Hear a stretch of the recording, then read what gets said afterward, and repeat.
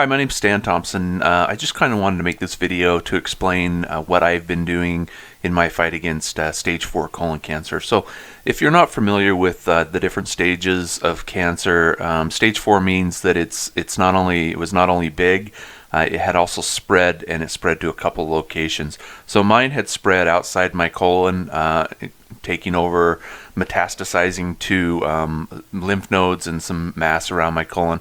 It also had skipped my liver, which it usually goes to, and it went to my lungs. And so it was speckled throughout my lungs when we found it. So the thing about colon cancer is it is very aggressive.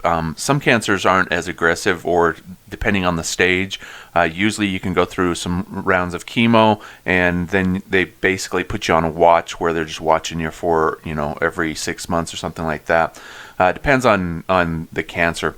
Excuse me. With stage 4 colon cancer, the plan is basically to attack cancer at any method that they can, with chemo, radiation, and surgery, and then don't stop attacking it because it'll just come back. And so, excuse me, so the plan that they had with me is they did surgery. They removed about a foot of my colon. They removed a bunch of mass around my colon as well, which had probably about 14 or 15 lymph nodes and things like that. And then they wanted to put me on chemo. However, after I was recuperating from surgery, they didn't want to put me on it right away because they wanted my body to get stronger again after surgery. And then once the surgeon gave the all clear, then I could start chemo. But I decided to wait a couple of months. Excuse me. I decided to wait a couple of months and try some natural stuff, and just to see what kind of effect that would have. Unfortunately, natural things are generally pretty slow to work, and cancer's pretty fast. So that didn't help. So I had a follow-up CT scan and showed that the nodules in my lungs were getting bigger, and so we decided to start chemo. They started me on 2 different chemos. One was an IV chemo, the other one was a pill chemo. And then they started me on another IV drug, which is called Avastin, which prevented new blood cells from forming, and which cancer needs blood cells. So they put me on that to stop cancer from growing by creating blood cells and stuff like that. So after 7 rounds, we had a CT scan, and the CT scan showed pretty much all clear. And so all the nodules had gone away in my lungs, and it was looking really good.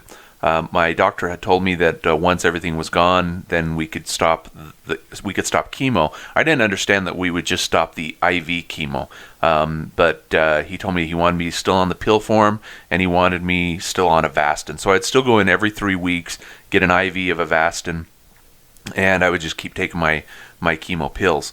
And so while I was on those, I went for almost a year without having, from diagnosis. Well, I was diagnosed back in 2015, October, which is 2 years to the month right now. And in February of this year, 2017, or early February, I think it was first part of February, I had a CT scan. We found a new nodule in my lungs. So that was pretty disheartening, and we looked at a few options, talked to my medical oncologist. He suggested that I get on 2 different new chemos because the cancer had developed a tolerance to the other chemos, so he wanted me on 2 different chemos. And that's generally the plan of attack for colon cancer, is that they just keep switching chemos and trying different things for you. With that being said, my original oncologist, who I didn't end up going to, had told me that I was expected to live about 5 to 7 years, because that was the plan, is that they would put me on chemo and cancer would come back. They'd change the chemo, cancer would come back. Basically, I was just going to be living on chemo and just trying to fight the cancer off the whole time. She said that was just statistics, that I could live longer, but looking at statistics, the average stage 4 colon cancer patient, 11% stage 4 colon cancer patients make it past 5 years. So with that being said, hopefully you understand my case now a little bit better. So back in February, when he suggested that I start 2 new chemos, I asked him what he thought about me waiting a few months just to give my body a chance to recuperate, to build up my platelets, build up my immune system and things like that. He said that's not typical what we do. And I said okay, and I had also had an additional consult scheduled with an immune oncologist, which should do immune oncology, which is a different process, different drugs basically. And so we were holding off the medical oncology, the chemo, until I talked to him. So I talked to him, and he said that he couldn't do immune oncology on me until I at least did another chemo. And once that other chemo stopped working, then I could go to immune oncology. So I left his office, and while we were sitting in the car talking, making plans, my wife said, "Why don't you run back in and ask him what he thinks about waiting a few months?"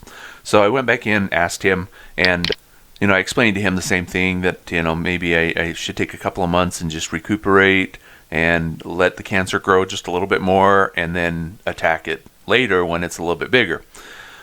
He actually said, "That's a really good idea." Kind of dawned on him as we were talking about it. He said, "Yeah, I don't see any problem with that." And he says, "Actually, that's a really good idea." And so I decided to do that. I went back to my medical oncologist and said, "Here's what we're doing. We're going to wait a few months," and we scheduled when that would happen. And originally we were going to schedule it right before a vacation that we were going to be on. And he said, "Well, this is a new chemo. I don't know how your body's going to react to it. So let's schedule it for the following week when you get back from vacation." So we ended up going about almost 3 months. The immune oncologist said, go 2 months. I wouldn't go 3, but I ended up pushing it still almost 3 months. And so when before that, I talked to a friend of the family who was a radiation oncologist in a different state, and he said, well, with it being localized to just one spot in your lungs, you could probably have it radiated, so why don't you go see a radiation oncologist? So I went to a radiation oncologist before I went back before my vacation. I went to this radiation oncologist, and actually, no, it was scheduled the week after, that's right. So I went to my appointment the week after my vacation to my medical oncologist, told him on Friday I had an appointment with the radiation oncologist, and so he said, "That's fine, we can wait and we'll see what he says." And so the radiation oncologist said, "Yeah, we could radiate that, no problem. We'll localize it just to that little spot, and we'll just radiate that, and that'll neutralize that area." So I was fine with that, and in the process of all this, and actually back in February, I had come across this article here that says the Dandelion Root Extract had been being used effectively to test, or had been used effectively to kill cancer cells. So I thought, okay, I had been trying other natural things, and all I did is I read this one paragraph here. The thing that excited me about it is a lot of the natural remedies that I had read frustrated me a lot, because people would say doctors say or scientists say, and then they would never cite the scientists or the doctors that they're talking about. But here I was on ncbi.nlm.nhi.gov. So we're on a reputable website, .gov. This is PubMed. This is a scientist's research that was done, and they submitted this information to this government website so that other scientists would have access to it. So I thought, well, that's really cool. I'm going to start taking some dandelion root extract. So I got some, and I started taking it, and I was just taking a little bit of it here and there, and what I thought was probably good enough. And then partway through, after a month or so, I came back to this article. I thought, well, I should read up a little bit more on it. And I realized that right here, there's a link to the full report. So the full report, if you download it as a PDF, it's like 21 pages long. You can look at it in HTML form here. You can see that this was performed by 3 different universities, 2 in Canada, 1 in Mexico. I don't know what their participation was in it, but the main one, I believe, was Windsor, their University of Windsor. And you can see that the doctor who was kind of in charge of all this was this. I'm sorry, doctor, if you happen to watch this video. Sorry about my. Let me mute my audio here. Okay. So sorry, doctor, if I say your name wrong. Maybe I won't even try your last name, but it's Dr. Pandey. And so Dr. Pandy, anyway, he was in charge of it. And you can read through the whole article. It's very difficult to read because it's all medical terms. I had to Google about every other word. I don't understand it all.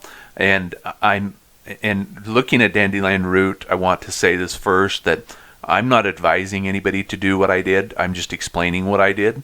And it's up to you and your medical professionals to decide your care. Talk to your medical professionals. One thing I do suggest, though, is to be in charge of your own medical care, and don't just rely on one doctor's opinion. Talk to several of them, because like I said, I talked to radiation oncologist, I talked to 2 medical oncologists, and I talked to an immune oncologist. So I made sure that I was playing with everyone's toolhouse, because the medical oncologist, that's his toolhouse, is medicine.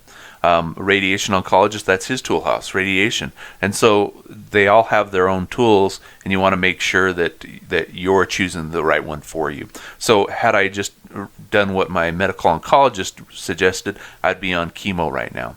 And so I was able to take that into my own hands, talk to immune oncology, ask them what they thought about me waiting, things like that, and got their opinions on it, and was able to decide from there. So with that being said, I want to tell you what I found here in this article.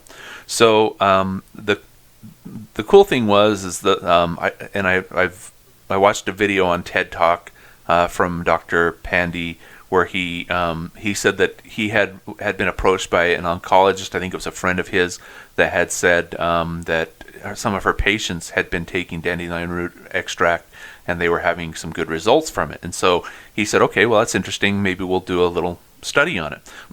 So he decided to do that. So the first thing that they did was they tested it in a dish, in vitro is what they call that. So they tested it in a dish, and they found that within 48 hours it had killed he says greater than 95% here. As actually down below you can see it was 98%. So it had killed 98% of the colon cancer cells, which is great. In a dish, a lot of things will actually do that. The other thing is that they had also regular human cells in there, and it had not harmed those at all. So that was wonderful, that it would kill the cancer cells, but it wouldn't hurt the normal cells also, which is 2 great things. So he decided to see if it was toxic, and to just feed it to the mice and just see what happened, and see if the mice would die or what would happen.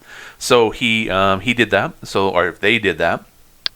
Because this wasn't just the doctor, this was a bunch of people working on this. So they gave it to the mice. They found out that the mice were fine. They were perfectly healthy afterwards. I think they had given them to the mice for 70-something days, and found that everything was great. They also did another cool test where I think they call it a scratch test. And like I said, you can read this article if you want some good reading. It is pretty interesting. If you kind of have to Google a lot of the words and stuff, like medical terms and stuff that they talk about. But he did a type of a scratch test where they scratch between a cancer cell or a group of cells, and they see if the cells migrate to one another. And they found that with dandelion root extract, they wouldn't migrate across to other cells. So he had determined that that dandelion root extract not only would kill the cancer cells, but it prevented them from spreading, which was awesome. They also determined that the way that it was killing cancer, it was doing it in 2 different forms, and that cancer couldn't build up a tolerance to it in the way that it was killing them, because it killed cancer, I guess, in a different way than chemo was killing them and stuff like that. Anyway, so that was all really cool. They also then decided to do a good test on mice, where they actually tested it with a group of mice. They have a control group. They have the group that's taken the dandelion root extract. So this is all, information about every little detail, where they bought the mice from, what type of mice they were. Evidently, they were hairless mice from the pictures here. But he talks about, they got them from, every little thing. He even talks about how he prepared the dandelion root extract and all that stuff. So here's the control picture. Here's the mice that were just given just their regular water, because they were putting the dandelion root extract in the water. I also found out that the mice liked it. So as from what they could tell, the mice liked the dandelion root extract. But you can see here's the control after, I think this is after the 70-something days that they were on it. And they did do, on each side of the mouse, they put 2 different types of cancer. They're both colorectal cancer, but they did 2 different types. I had no idea there were 2 different ones, but there's an HT29 and there's an HCT116. And so they put both of them on the mice, and you can see here's the ones with the dandelion root extract supplemented water, and their cancer cells were very small. They determined that the more dandelion root extract they gave it, or the more often they gave it, like they would give it more and they'd do it throughout the day, that it would have less growth and stuff like that. Let me find one other chart here. Oh, it was right here. But anyway, like I was saying, that the more often they gave the dandelion root extract, and the more they gave it, the better results they had. But here you can see here. Well, let's just look at this one. This is the tumor volume in millimeters, I guess. And you can see the red line is the control, the ones that didn't get any dandelion root extract. You can see how fast the cancer cells grew over the 70-something days. This looks like it's, yeah, I think 70 would be right around here because these are in 20s. So this would be about 80 right over here. Anyway, so you can see that over 70 days how it grew. And then you can see here's the green. It still grew a little bit, but this is based on just 1 dose of 40 milligrams per kilogram per day. Now, I'm a big guy, so if you gave me 40 milligrams per kilogram a day, that's not that much, actually. That's only a couple of ounces a day. So, well, and let me see the other one here. So another thing about it is that they found that there are 4 bioactive compounds found in dandelion root extract. They tested those individually. They tested them in different concentrations, and they found that there is some synergistic effect to having them in dandelion root extract, which I thought was pretty interesting. I don't know if I mentioned this, but a couple of things that they did find was that it is effective against all cancer cells, and also that cancer doesn't build up a tolerance to it. So pretty cool, those findings. What I wanted to say is I'm now 7 months I haven't been on chemo. Now I have had that 1 nodule radiated, but I haven't had any chemo. And my doctor, when I originally talked to him back in February, when he suggested these 2 new chemos, I said, well, how long would I be on them? And he said, well, until the cancer comes back. And so I said, well, I'd just stay on them the whole time. And he said, yeah. And I said, how long do you think it'll take before the cancer comes back while I'm on this chemo? And he said, probably about a year. It's now been 7 months, and there are no new nodules. What I take is I take about 8 ounces of the dandelion root extract every day. I had gone for about 3 weeks without taking it, and the reason I did is because dandelion root extract does have some side effects, but they are not disturbing, and not even half as disturbing as chemo is. One of the problems that it had, and the reason that I stopped for 3 weeks, is that it is a platelet inhibitor, which chemo is as well. So it stops your platelets from growing, which platelets are used for clotting and stuff like that. My platelets were not dangerously low, but they were fairly low. And so I stopped for a few weeks just to kind of see if I could get them to go back. And anyway, they didn't come back really strong, and so I find that they're still at a good range, so I just keep taking it. But let me explain how I take it, because I think that's an important part. I did read through the article where they talk about how they made it. They even talk about where they bought it from. I've tried contacting the company. They don't have an order form on their website. When you call them, it goes right to voicemail.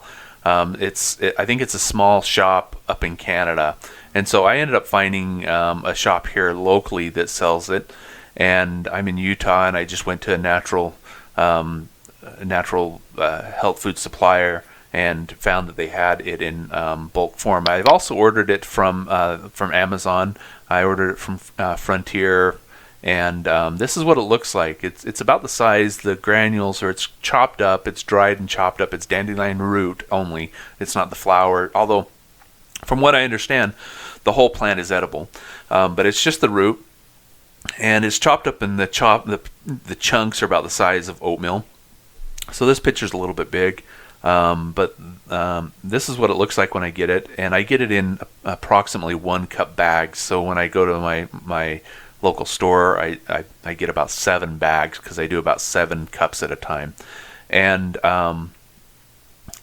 you can also get it in this form, where it's in a dropper. It's already made. It's not a bad price, $6.29. The reason I don't take it this way, and I do take it this way, I take it when I'm on vacation this way, or I take it if I run out of the other stuff. I have some on hand of this. I've actually got 2.5 bottles of this sitting on my desk right now, and I do take it this way. However, the reason I don't take it this way all the time is, even though this says that it's 200 milligrams super concentrate, 2,000 milligrams. The great thing about it is alcohol free, so it doesn't have that burn that a lot of extracts have.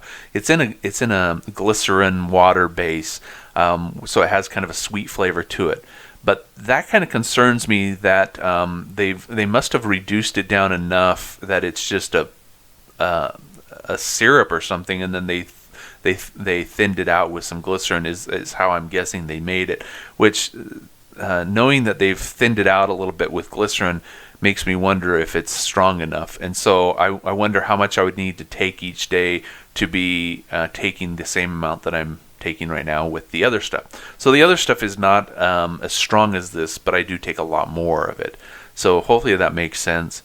It does cost me, not counting this, it costs me about $50 a month, but that's a lot better than the 20-something thousand that my doctor's charging my insurance for my chemo. So $50 a month isn't that bad.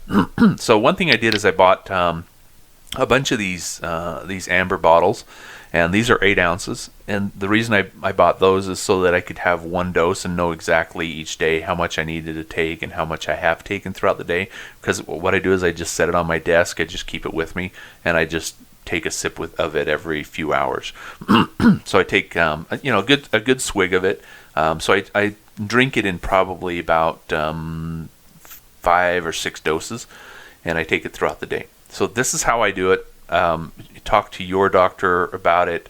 There might be some complications that they might find. The other side effects that it has is it is a diuretic, so it might make you have to go to the bathroom. Excuse me, because it does suck the moisture out of you, which is interesting because that's what it is. It's a root, and that's what roots do, is they suck the moisture out of the ground. So this does suck the moisture out of your muscles. Sometimes I have dry mouth, I have dry eyes, and sometimes I'll get leg cramps. But I find that if I just drink some Gatorade every once in a while, then my leg cramps are fine. It does lower my blood pressure a little bit as well, which I can stand to have that happen. So anyway, so that's wonderful about that. So here's the dose that I do it in. Here's how I mix it. It's a 5-to-1 mixture, so it's 5 parts water and 1 part dried dandelion root, and I do it in measurement form, so it's by volume, not by weight or anything like that. So I'll do a cup of dandelion root extract, and what I do is I put it in a large jar, and I put the dandelion root extract in there. Then I fill it up with some filtered water that I just filter from my fridge. I fill up the bowl with that, and usually it just kind of tops off the bowl a little bit. So that usually the bowl's fairly full, but I fill it up a little bit more. So the dandelion roots kind of just comes up to the top of it. I put a cover on it, put it in my fridge for a couple of days. After about 2 or 3 days, I take it out.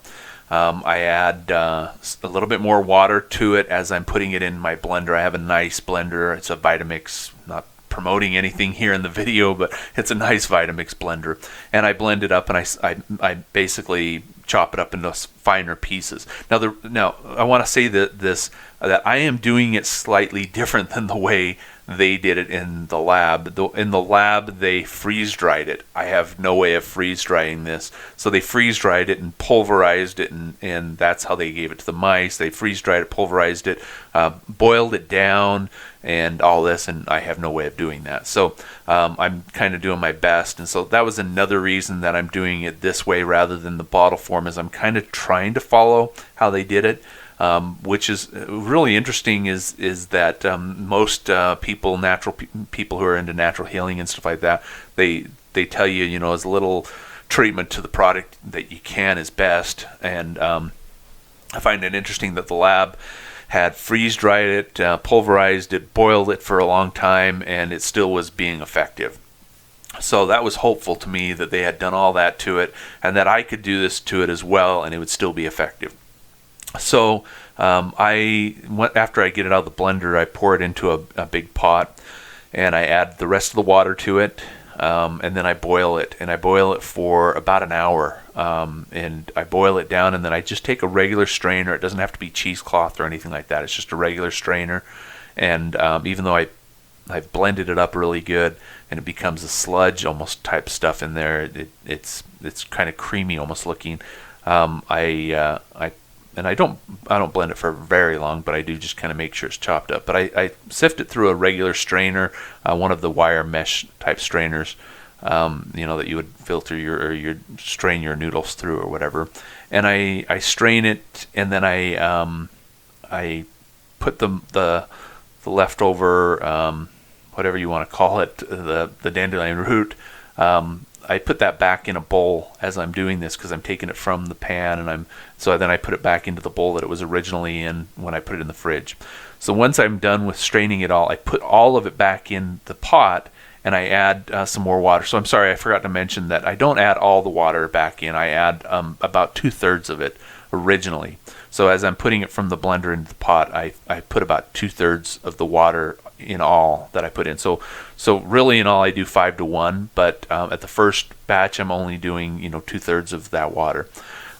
So because the last time I boil it one more time, so I put all the bulk stuff back in the pot, and then I put the rest of the water in there. And so I don't put quite as much as I did the first time, but I boil it down again. And because it's left a whole bunch of nutrients still in the dandelion root, and I want to get that out.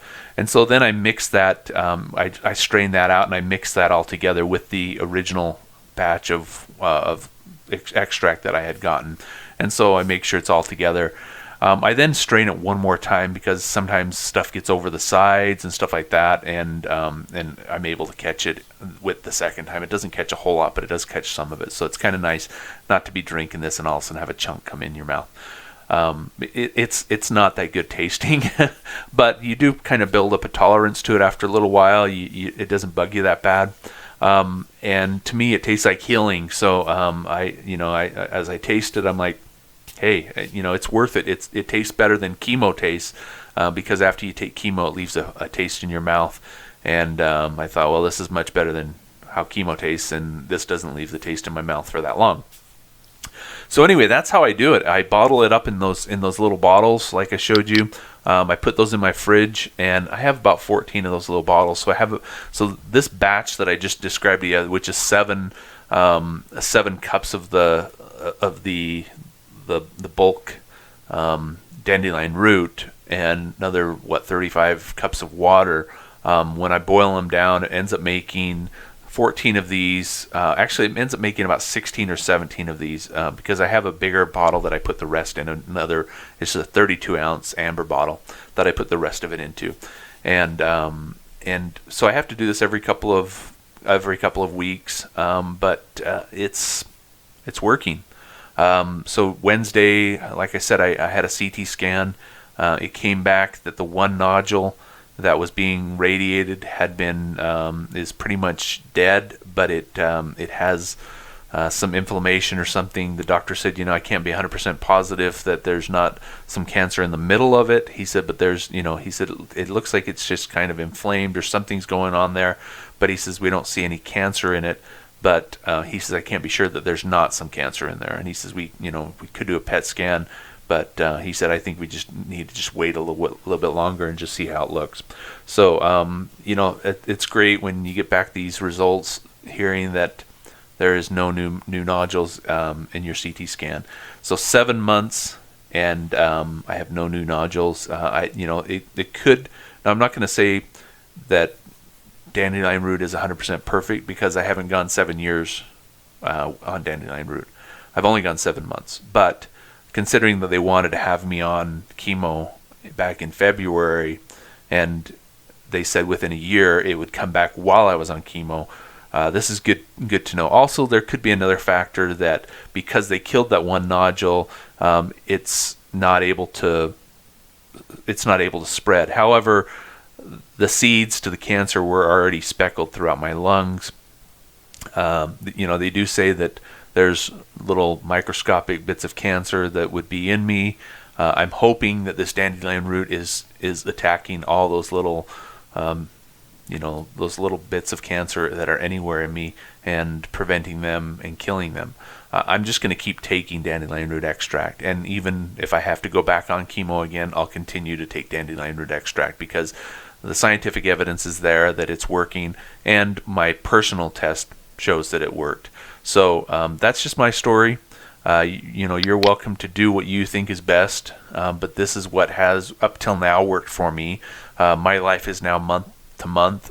Basically, it's every 2 months, every 2 to 3 months, whatever I can squeeze out of my doctor to get a CT scan. So they like to do a CT scan about every 3 months, but they say, hey, we'll do them every 2 months if that makes you feel better, and that does. So I like to know every couple of months how I'm doing, and so that's how we're going right now. Anyway, I wish you the best in your journey. Hopefully you're able to take control of what's going on with you, and good luck to you. Thanks.